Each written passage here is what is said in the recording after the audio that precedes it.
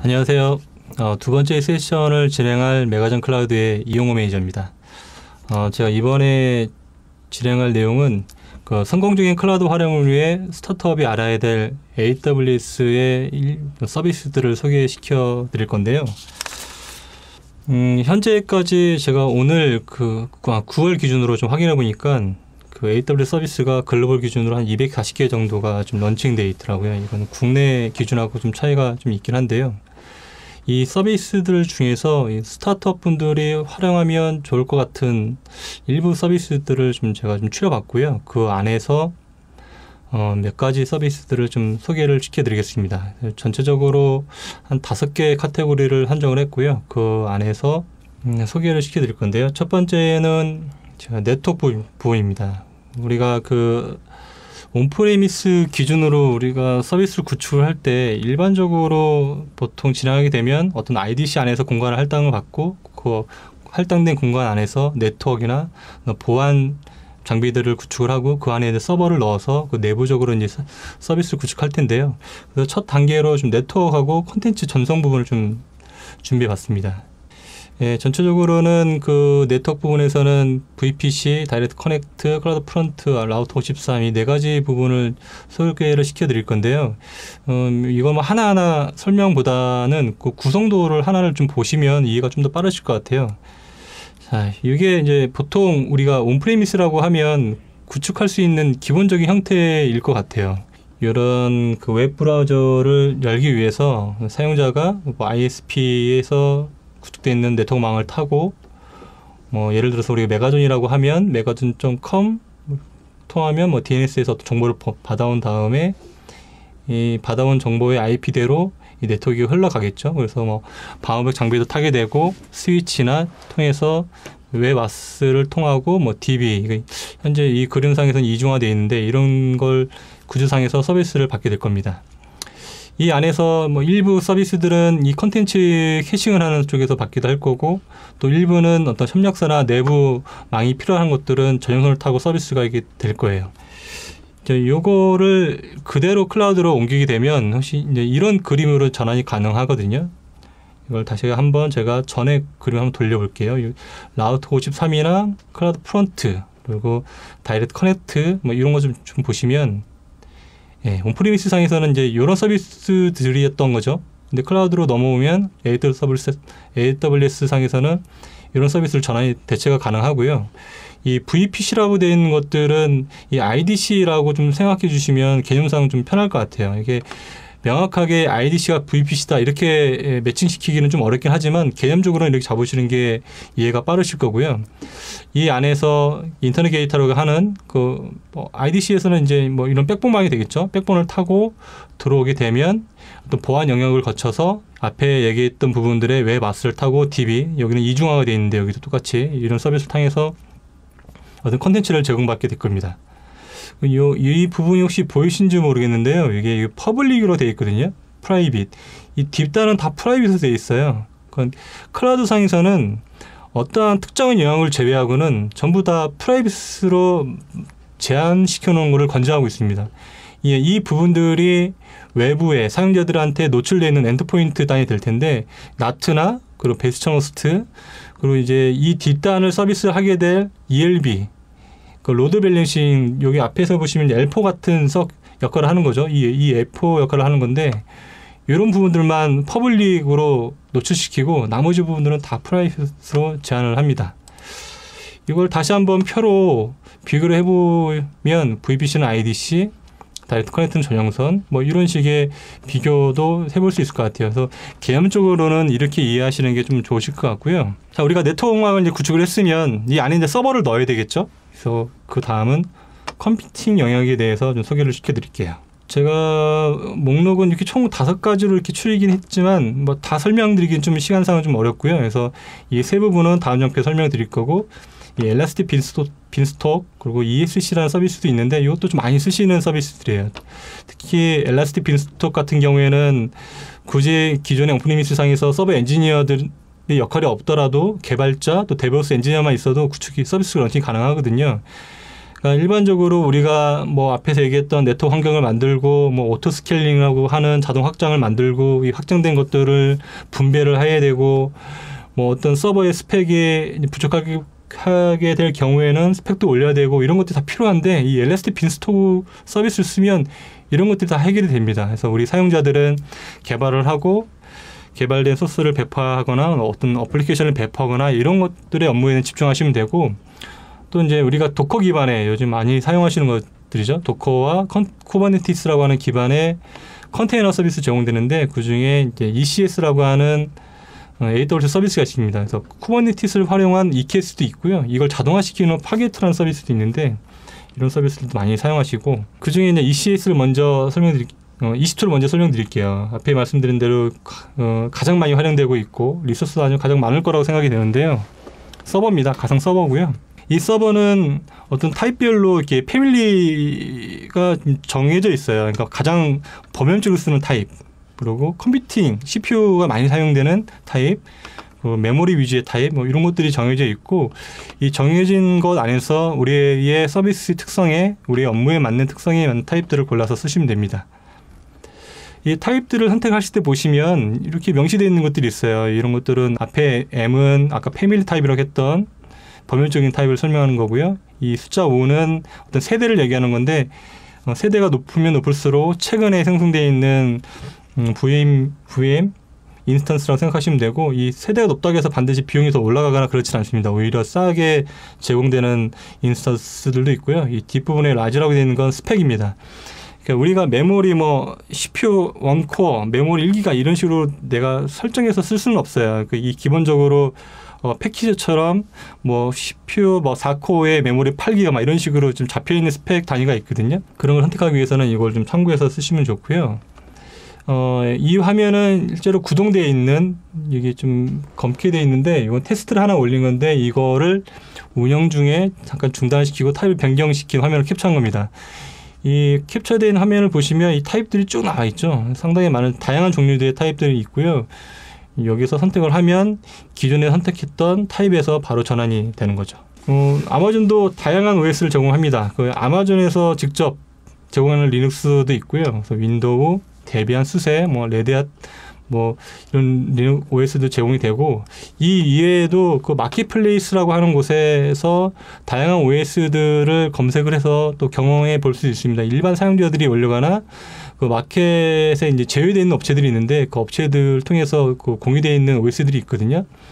이런 걸 또 통해서 다양한 또 OS도 경험해 볼 수 있고요. 그 EC2 서비스에 들어가 보면 이 서비스 안에 보안 설정할 수 있는 메뉴가 또 있어요. 그래서 시크릿 그룹이라고 되어 있는데 이 시크릿 그룹은 일반적으로 이렇게 계층으로 나눠서 설정하는 큰 장점이 있습니다. 우리가 일반적으로 방역을 생각하시면 되고 제가 앞에서 퍼블릭 망에만 노출시켜야 되는 그런 서비스들이 있다고 했잖아요. 이 중간에 있는 단계를 웹아스라고 보고 밑에는 이제 RDS라고 하는 DB인데요.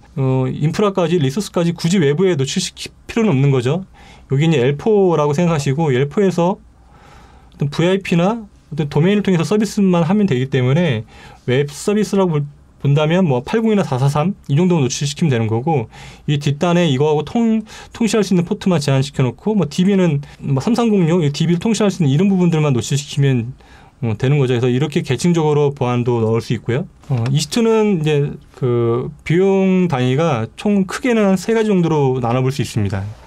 사용한 만큼 내는 거, 그리고 어떤 예약돼 있는 우리가 1, 2년을 쓰다 보니까 우리의 인스턴스는 이 정도 스펙이면 돼 라고 결정이 되시면 이런 미리 1년, 3년 단위로 약정을 걸고 사용하실 수 있는 게 있고 또 스팟이라고 하는 게 있어요. 그러니까 AWS도 리소스를, 자원들을 100% 활용하는 건 아니거든요. 그래서 나머지 부분들에 대해서 또 경매 형식으로 제공되는 게 있습니다. 이런 것들을 살펴보시고 구매해서 쓰시면 이거는 M5 라지 모델의 예시인데 이거 제가 올해 2월 달에 이 비용을 좀 뽑아본 거거든요. 그 스팟으로 가면 74%까지 절감되는 걸 볼 수 있겠죠.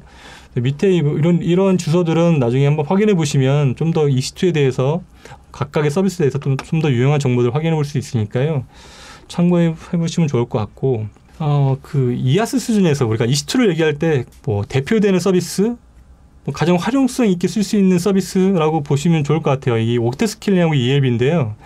결국은 우리가 클라우드를 쓰기 위해서는 가상화되어 있는 것들에 대해서 어떤 유입량에 적극적으로 대처하기 위해, 탄력적으로 대응하기 위해서는 이 서버들이 확장되고 축소되고 이런 것들이 하면 참 좋겠죠. 근데 온프레미스 상에서 생각한다 그러면 서버를 다시 또 늘려서 렉에 집어넣고 한다? 이건 사실 쉽지는 않은 거죠.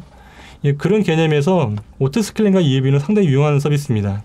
예, 오른쪽에 보시는 이 그림을 보시면 이게 지금 파란 선이 이 서버의 스펙의 리밋이고요. 이걸 좀 초과한 거죠. 투입량이. 이렇게 되면 바로 장애가 일어나겠죠. 이런 걸 극복할 수 있는 서비스가 오토스케일링과 EAB 서비스의 조합입니다. 이거 서로 다른 서비스고요. 일반적으로 우리가 서버를 보면 보통은 이런 식으로 이렇게 사용이 되죠. 뭐 어떤 서버들은 평균이 뭐 5% 미만으로 쓰는 서버도 상당히 많고, 근데 이 그림은 좀 엔지니어들이 보면 참 편안해할 것 같아요. 장애가 일어나는 포인트가 하나도 없잖아요. 다만 운영자나 경영자 입장에서는 상당히 손실이 보는 거죠. 이 76% 정도 되는 것들을 낭비하고 있으니까 AWS와 그 AWS의 오토스케일링과 ELB를 조합을 하면 이렇게 탄력적 유입량에 따라서 서버가 늘어나고 줄고 하는 것들을 구현해낼 수 있습니다. 이런 것들은 어떤 기준이 필요하겠죠.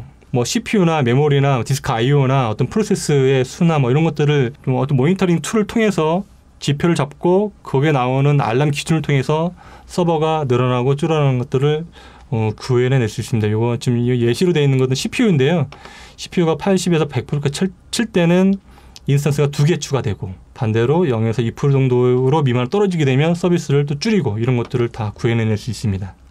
이거를 이제 그림으로 좀 설명을 드리면, 이러한 그 유입량들을, CPU 상승률들을 그 앞에서 말씀드린 모니터링 툴, AWS의 클라우드 와치라는 툴이 있는데, 이걸 통해서 지속적으로 모니터링을 하고 초과됐을 경우에 서버를 오토스케일링 통해서 확장을 합니다. 이 기존의 서버를 계속 모니터링하고 있는 거죠. 이 기존의 서버를 모니터링을 하고 확장을 시켜서 확장된 것들은 이 온프레미스 상에서 래퍼라고 불리우는 ELB 로드 밸런싱 서비스 통해서 분배를 하고, 이런 것들 환경들을 구현할 수 있습니다.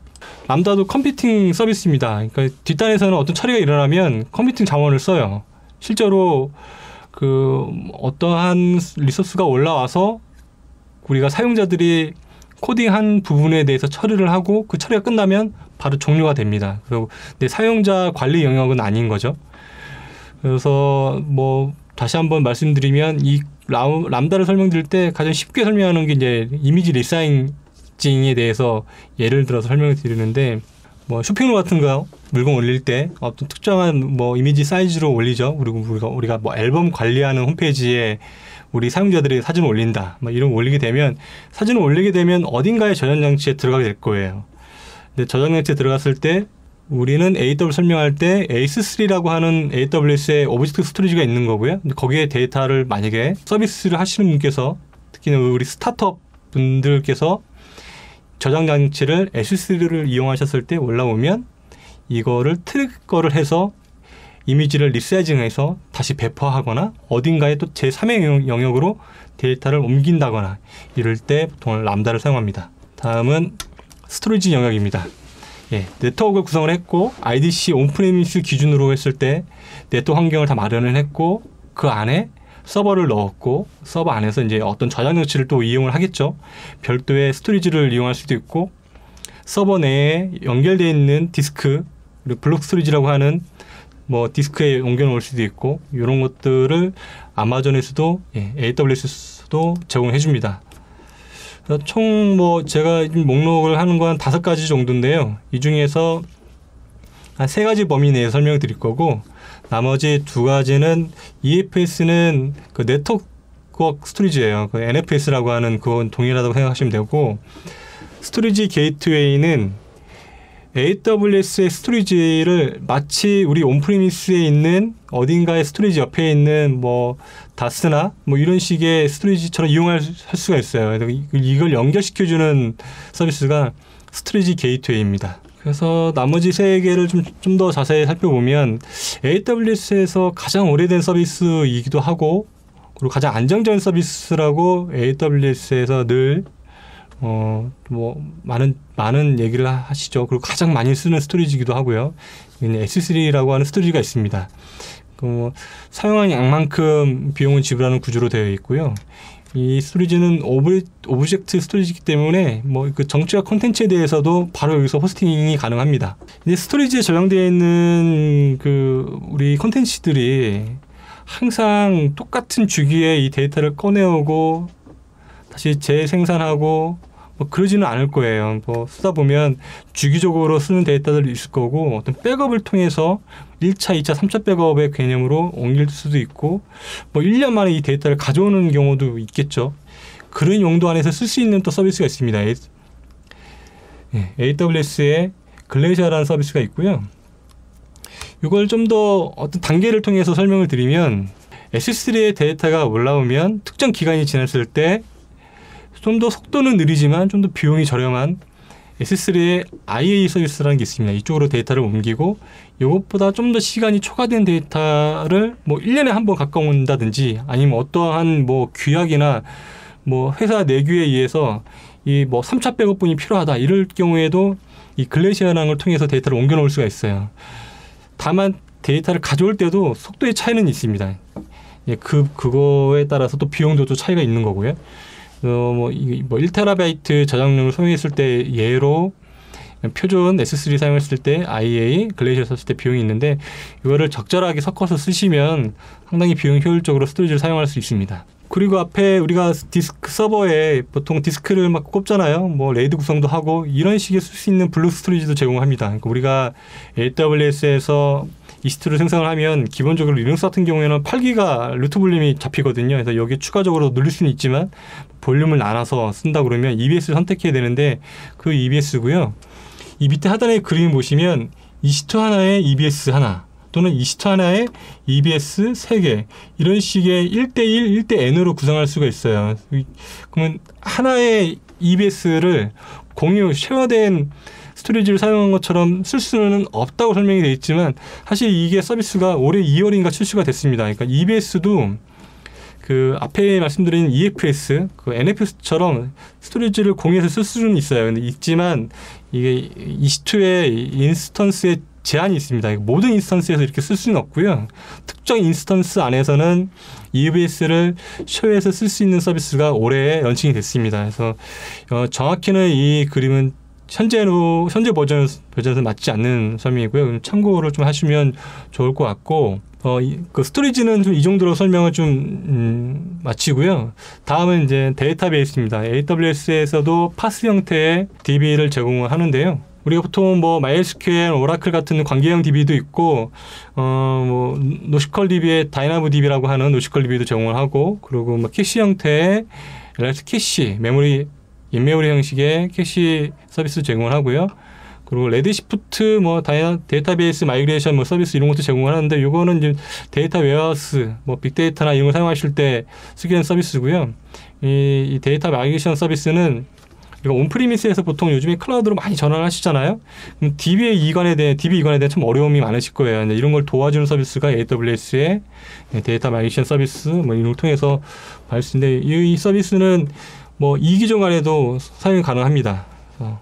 이 두 가지 설명은 이 정도로 하고요. 이제 RDS 앞에 말씀드린 대로 관계형 DB고요. 뭐 포스트그레스QL, 뭐 아마존에서 제공하는 별도의 오로라 DB, MySQL 일반적으로 쓰는 MySQL, 오라클 뭐 다 제공합니다. 그래서 이 장점이라고 하면 기본적으로 멀티지널 되어 있어요. 그러니까 이중화되어 있는 구조인 거죠. 액티브 구조는 아니고 액티브 스탠바이 구조로 되어 있고 혹시 우리가 쓰고 있는 앞에서 VPC에 보면 뭐 에이지라고 막 되어 있던 개념이 있었는데 한쪽에 물리적으로 완전히 뭔가가 장애가 생겼을 때 다른 쪽으로 이중화되어 있는 쪽으로 바로 자동으로 전환돼서 쓸 수 있는 형태가 있거든요. 그래서 DB 이중화 구조도 만들어낼 수 있고 리드 리플리카 구조도 만들 수 있고 그런데 이제는 인스턴스 확장은 스펙을 올린 구조입니다. 우리가 아까 아마 M5 라지 뭐 이런 타입을 말씀드렸지만 M5 라지로는 소화하기 어렵다. 그러면 별도의 뭐 마이그레이션 이런 과정 필요 없고요. M5에 2X 라지, 4X 라지 이런 식으로 옮기면 DB는 그대로 있고 스펙만 올리는 그렇게 사용할 수 있습니다. 그리고 오로라 DB 요즘에 이제 아마존에서 많이 쓰고 있고 실제로도 많은 전환을 이루는 서비스이기도 합니다. 완전 관리 형태로 되어 있고요. 보시는 것처럼 호환성 성능 면에서 우수한 성능을 좀 보이고 있고 비용 면에서도 상당히 저렴하기 때문에 특히 뭐 오라클 같은 경우에는 이런 뭐 포스트그레 SQL로 많이 전환을 좀 이루고 계시고 제 다음 세션에 뭐 성공 사례로 대해서 뭐 설명이 좀 또 추가 세션이 있는데 그 안에서도 오로라 DB로 되어 있는 구조가 있을 거예요. 그래서 그거 좀 참고하시면 좋을 것 같습니다.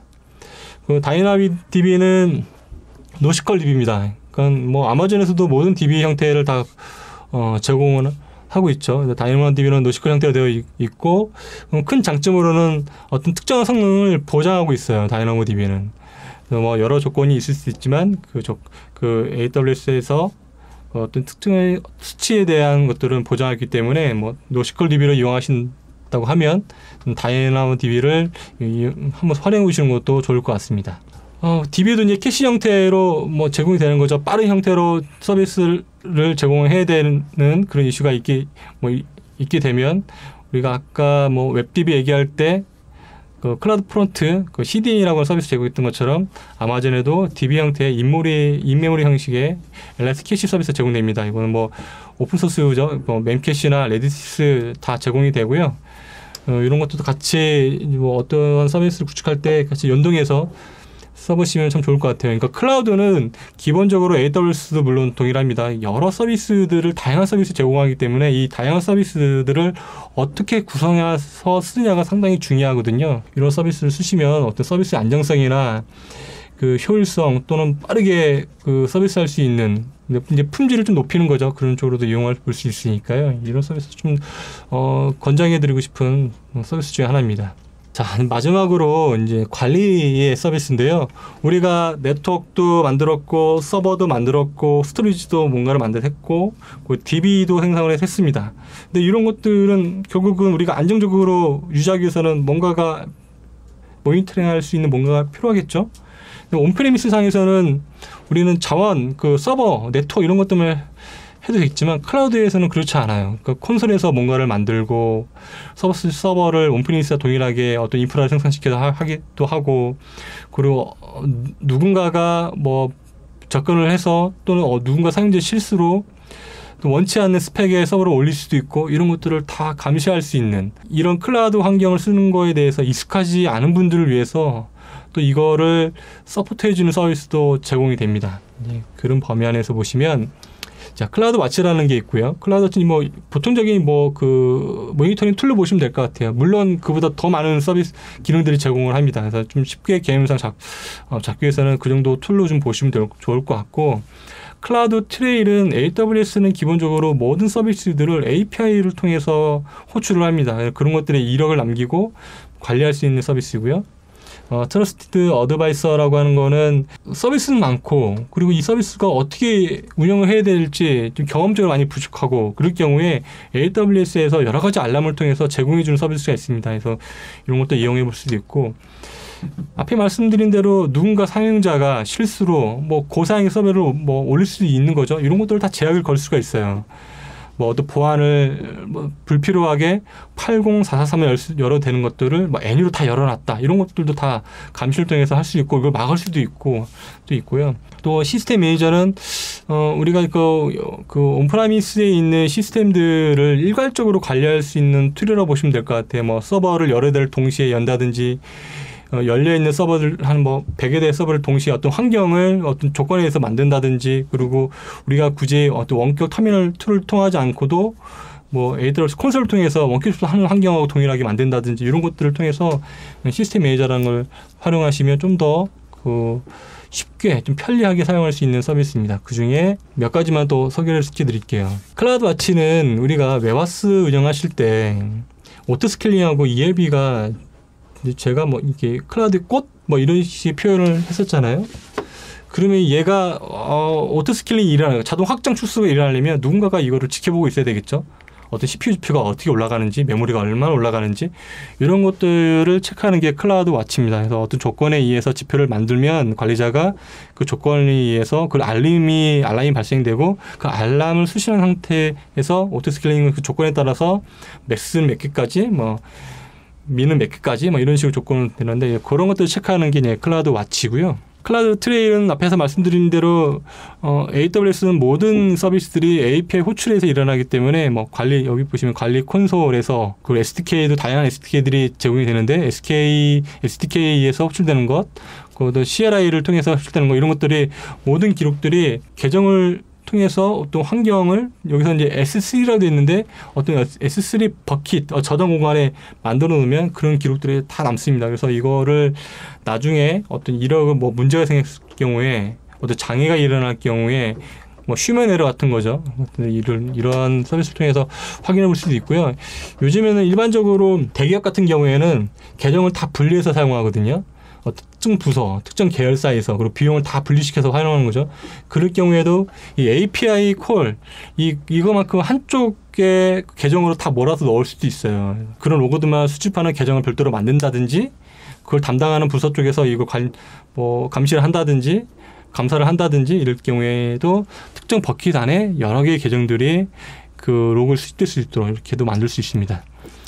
트러스티드 어드바이서는 제가 요거는 조금 개념이 좀 넓게도 볼 수 있을 것 같아서 제가 웹페이지 하나를 좀 준비했거든요. 트러스티드 어드바이서 모험 사례라고 되어 있죠. 이거 혹시 내용들이 보이신지 모르겠습니다. 이게 여러 조건들을 체크할 수 있어요. 그러니까 결국 경험적으로 전문가스러운 환경으로 나의 인프라나 서비스들을 계속 고도화시킬 수 있는 환경으로 계속 AWS 도와줍니다. 뭐 보안 측면에서 뭔가가 애니로 열려있거나 또 EC2를 쓰는데 EC2 자원이 되게 별 사용률이 좀 상당히 낮아요. 이럴 경우에 타입을 낮춰야 되겠죠. 이런 것들도 다 알람으로 발생시켜줍니다. 뭐 불필요하게 ELB가 생성되어 있는데도 쓰지도 않은 경우가 있거나 이중화가 필요한데 그런 구성이 안 됐을 경우에 이제 알람을 일어나서 이런 서비스는 이중화가 되면 안정적으로 운영할 수 있거나 또 EC2가 여러 대의 EC2를 운영하지만 백업은 안 돼 있어요. 또 이런 것들을 계속 알람을 통해서 제공해 주는데 다만 이 서비스는 AWS에는 그 서포트 플레인이라고 그 기술적으로 지원해 주는 어떤 그러한 그 서비스가 있어요. 그래서 한 세 가지 종류로 크게 나눠지는데 그 가장 낮은 레벨에서는 이 부분 안에서 한정적으로 제공해 줍니다. 그 이상의 소프트 레벨에서는 이 모든 것들이 다 제공이 되고요. 그래서 좀 그런 차이는 좀 있을 수 있습니다. 마지막으로 AWS 컴피그입니다. 우리가 그 인프라도 잘 감시를 하고 있고 어떠한 상태 값에서 서비스가 늘어나고 줄고 이런 것도 안정적으로 운영할 수 있는 환경도 갖췄고 내가 운영적으로 좀 미숙하지만 그런 부분들을 트러스티드 어드바이서를 통해서 지원을 계속 받고 있고 숙련된 정보가 없거나 사용한 기간이 짧거나 이럴 때는 많이 부족하실 거잖아요. 그럴 경우에 이제 저희 같은 파트너사를 통해 메가존 클라우드 같은 파트너 통해서 지원을 받을 수 있겠지만 내부적으로도 이런 서비스를 이용하면 어느 정도 극복이 가능하신 거죠. 그런데 누군가에 의해서 자꾸 불필요한 서비스들이 자꾸 생성이 되거나 인프라가 자꾸 만들어지는 거예요. 그리고 이 사람들은 이쪽의 서비스는 접근하면 안 되는데 뭔가 접근해서 내용들을 살펴보거나 이런 것들을 다 관리할 수 있는 서비스가 있습니다. 그래서 어떤 제한을 걸면 예를 들면 EC2의 M5 라지 이상의 우리 스펙은 서비스를 절대 쓰지 않겠어. 그런 조건을 걸면 어떤 룰을 만들어내면 그 서비스의 조건 이상의 뭔가를 만들어냈을 때 생성력이 다 죽습니다. 만들어지지가 않아요. 이런 것들을 관리하는 서비스들이 이렇게 제공이 됩니다. 제가 준비한 내용은 여기까지고요. 저희가 이번만으로 끝나진 않고 앞으로도 계속할 계획이 있으니까 그 다음에도 또 좋은 기회로 만났으면 좋겠고요. AWS는 앞에서 말씀드린 대로 국내에 글로벌하게 240개의 서비스가 있고 앞으로도 계속 늘어날 거고 현재에 런칭되어 있는 서비스도 계속 업데이트되면서 계속 변하고 있거든요. 이런 서비스를 좀 관심 있게 지켜보시는 게 좀 중요하기도 하고 또 저희가 이 AWS 클라우드를 전파하는 또 한 사람으로서 클라우드는 이 서비스들을 어떻게 연동을 해서 효과적으로 쓸 수 있는지가 참 중요한 것 같아요. 그러니까 EC2만으로 써서 온프레미스 있는 똑같은 걸 쓴다 그러면 사실 클라우드 장점을 전혀 볼 수가 없습니다. 오히려 비용이 더 높아질 수도 있어요. 네, 그럴 경우에 뭐 오토스케일링, ELB, 뭐 컴피 같은 것을 안정적으로 운영하고 그런 게 필요하니까요. 잘 활용해 보셨으면 좋겠고 좀 나름도 좀 도움이 되렸으면 좋겠는데 어떻게 잘 뭐 전달이 됐는지 모르겠습니다. 그래서 다음은 또 AWS의 이런 서비스들을 연동을 해서 그 성공했던 사례들에 대해서 또 전달을 해주실 건데 한 15분 정도 쉬었다가 다음 세션에서는 성공 사례에 대해서 또 이어서 전달해 드리겠습니다. 네, 감사합니다.